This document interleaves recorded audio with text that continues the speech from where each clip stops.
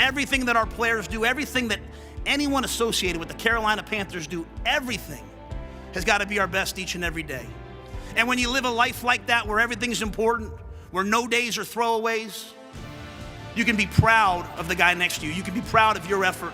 And most importantly, eventually success and championships will come. And I look forward to working each and every day with you to make us the best organization in the National Football League. Psych!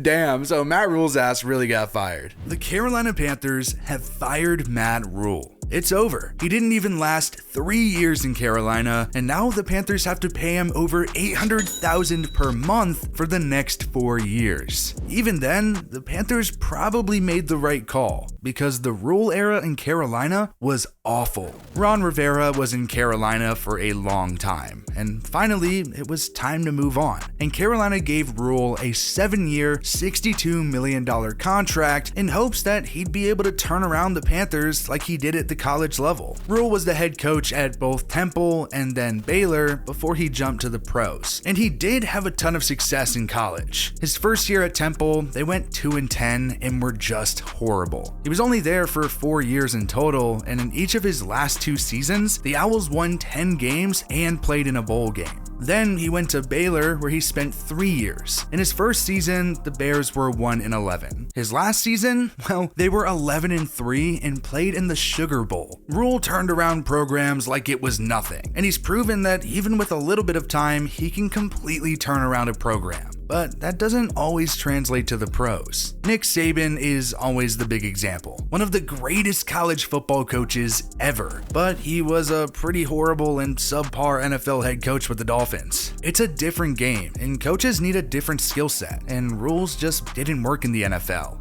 The real glaring issue looking back at Rhule's time in Carolina was the lack of talent at the quarterback position. He never did have a great passer, but the Panthers did try just about everything. Ahead of 2020, Cam Newton was released, and then Carolina gave Teddy Bridgewater a 3-year, $63 million deal. The reality is, that just wasn't a very good football team, but that's what people expected. At one point, Carolina went 1-8 during a stretch and ended up finishing the year 5-11. The Panthers quickly realized that Teddy wasn't the guy, which literally everyone could have seen coming, and ended up trading with the Jets to bring in Sam Darnold. The Panthers started hot. Carolina was 3-0 after 3 weeks, and things were looking pretty good. Rhule was starting to turn things around. Then they won 2 of their last 14 games. Darnold went down with a shoulder injury, and the Panthers did a crazy thing and brought back Cam Newton.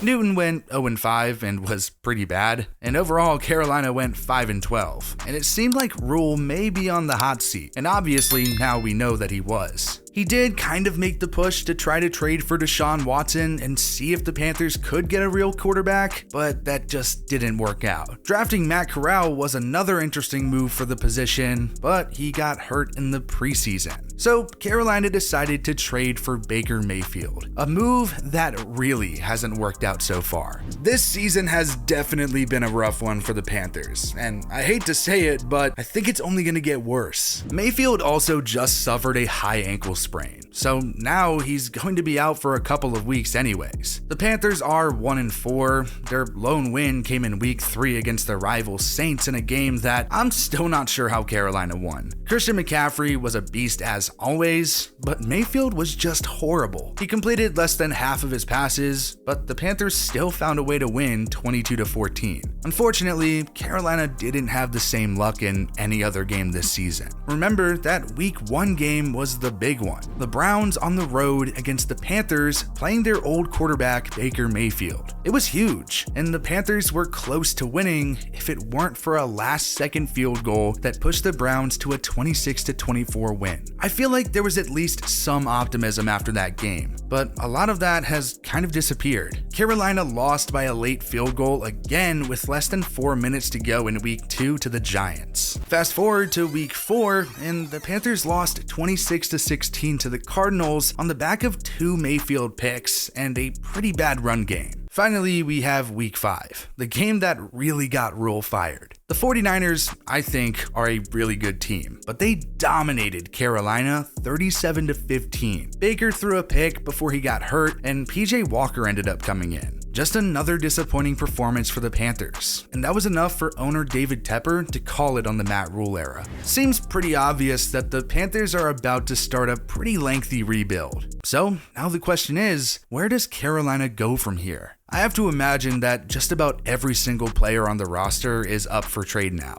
The Panthers probably aren't going to be good for a while, and they're going to want to stack up as much draft capital as they can. I don't think there's a single player that's really untouchable. Maybe like Igam Ekwonu, who Carolina just drafted in the first round, but I think Christian McCaffrey is really going to be a hot topic. He could definitely benefit a lot of teams. That dude is still one of the best running backs in the league. Don't get it twisted. If the Panthers take some of that cap, he'll surely be on the move. I actually think DJ Moore will be a guy that could get moved too. He just got a 3-year, $61.8 million extension. But let's be real here. The Panthers aren't going to be any good in the next 3 seasons. So if Carolina can get the right pieces, they'd probably trade him. Already a guy I've seen brought up on Twitter too is Brian Burns. He was a first rounder in 2019, and he's been a fantastic defensive end for Carolina. He made the Pro Bowl last year, and the reality is, he's in line for a big payday soon. The Panthers just picked up his 5th-year option, but they could definitely get a lot in return for him if they decide to completely blow it up. Derek Brown and J.C. Horn are both 2 interesting names as well. Both first-round picks and expected to be great in Carolina. However, I don't think the Panthers would necessarily want to move either one and need to see a lot more from them first, especially Horn. But if the price was right, I could see it.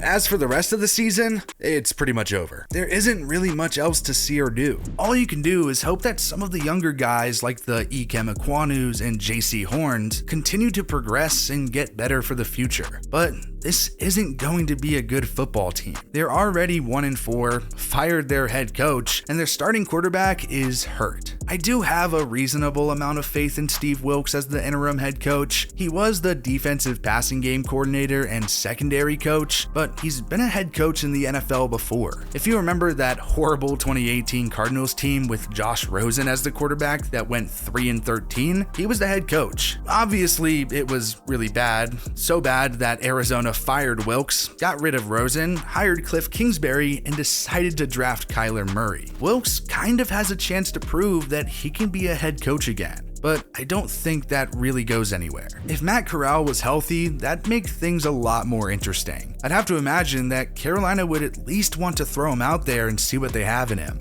You drafted him in the 3rd round for a reason. Instead, it's going to be a lot of mediocrity at the position and no fun young guys to watch. The Panthers just might end up being the worst team in football, and that should garner a high pick at the draft. So there is potential to take a quarterback, but I don't know that it'd be the right time to do that yet. Carolina has a lot of things to figure out first, like the head coach. I could see David Tepper definitely calling Sean Payton and seeing what he's up to, but there's too many obstacles to probably get him there. It's going to be a while until the Panthers find their next head coach. As for Matt Rhule, things didn't work out in the NFL, and that happens. We've seen countless head coaches try it, but it really is such a different game. That being said, he wouldn't have any issues finding a job in college football. Everyone, and I mean everyone, is probably going to want this guy, and I wouldn't even be surprised if he's already gotten calls.